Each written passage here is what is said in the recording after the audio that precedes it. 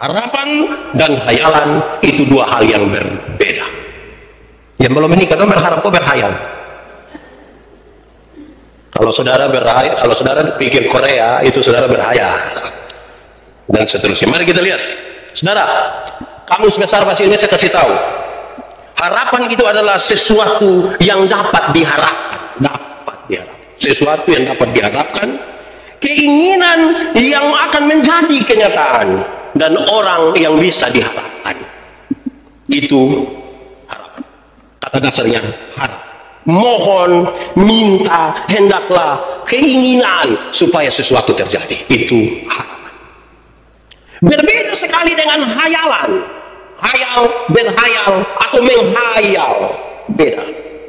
Kamus mengatakan, hayal itu lukisan, gambaran dalam angan-angan. Gambaran di angan-angan. Diangan-angankan seolah-olah sementara terjadi.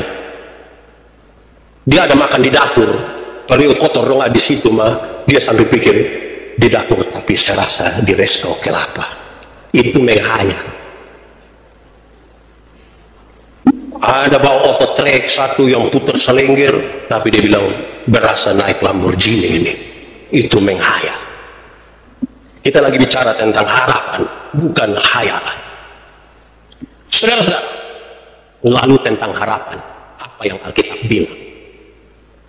Kata harapan dalam Alkitab itu merujuk kepada, di perjanjian lama itu dia pakai dua kata Ibrani, yakal dan kafah. Yang sederhana artinya adalah menunggu. Harapan itu berarti menunggu. Saudara-saudara, lalu kalau memang harapan itu menunggu dalam bahasa Alkitab, kita membaca pembacaan tadi, Amsal 23, 17 dan 18. Di ayat 17 itu sampai 18 saya membayangkan dia hanya ada dua hal. Yang pertama, saudara-saudara, janganlah hatimu iri kepada orang-orang berdosa.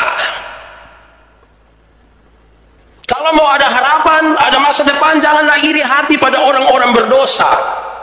Kalau kita sambung itu dengan ayat 18, kita menemukan orang-orang berdosa adalah orang-orang yang tidak takut Tuhan.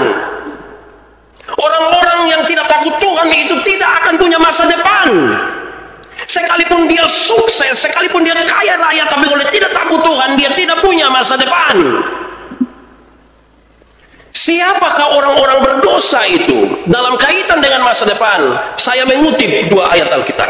Satu, Mazmur 37 ayat 38. Mazmur 37 ayat 38, firman Tuhan bilang begini, tetapi pendurhaka, orang yang ingin pendurhaka akan dibinasakan bersama-sama dengan masa depan orang fasik.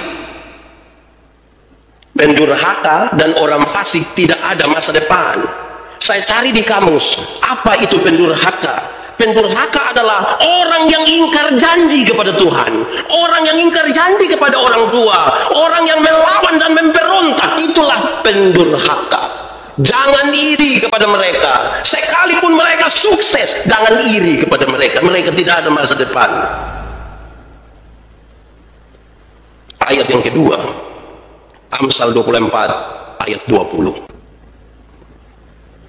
Karena tidak ada masa depan bagi penjahat, pelita orang fasik akan padam. Tidak ada masa depan bagi penjahat. Kalau dengan kejahatannya dia meraih keuntungan, kekayaan, popularitas, segala sesuatu, di dalam kejahatan dia sama dengan orang fasik. Tidak ada masa depan. Jangan buang-buang waktu, buang pikiran dan tenaga untuk iri hati dengan dia. Jangan. Kita justru kehilangan masa depan. Kita kira Tuhan yang tidak siap, tapi karena iri hati kita pada orang berdosa, kita menghilangkan masa depan sendiri. Lalu dalam kaitan dengan itu, untuk masa depanmu, pembacaan tadi menjelaskan dengan baik. Takutlah akan Tuhan. Takutlah akan Tuhan karena masa depan itu sungguh ada dan harapanmu tidak akan hilang. Masa depan ada, harapan tidak akan hilang kalau kita takut akan Tuhan. Saya kutip dua ayat juga untuk menegaskan bagian ini. Mazmur 37 ayat 7. Mazmur 37 ayat 7 firman Tuhan bilang begini, perhatikanlah orang yang tulus. Boleh kita baca sama-sama, 1, 2, 3. Perhatikanlah orang yang tulus dan lihatlah kepada orang yang jujur, sebab pada orang yang suka damai akan ada masa depan. Penjahat tadi, terus orang-orang durhaka, orang-orang fasik dalam kesuksesannya tidak ada masa depan. Yang ada masa depan itu kalau tulus, jujur, dan suka damai.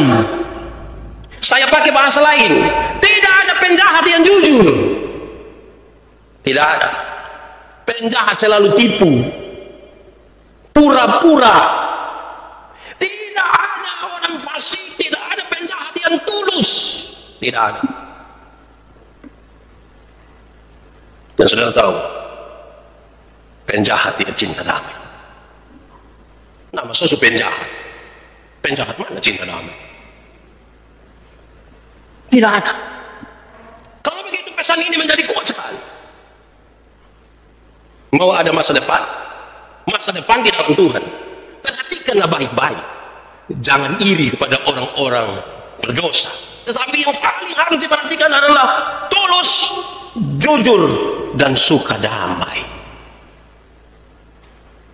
Saudara tahu bahwa orang yang tidak suka damai itu dia mau hidup sampai masa depan termana? Tidak suka damai itu kan dia jengkel orang. Wih, tiap hari lihat orang dia jengkel, tiap hari lihat orang dia jengkel. Itu mampu pakai baju hijau, rok merah, sendal kuning dia jengkel. Bayangkan kalau tiap hari ketemu orang yang menjengkelkan, wih dia sudah sampai masa depan.